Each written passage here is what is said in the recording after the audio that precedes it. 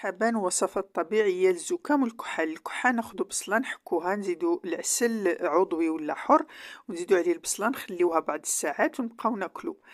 هذه نبتة سميتها نونخان، نديروها حنا مع الحلزون، معروفة في وجدة والمناطق المجاورة.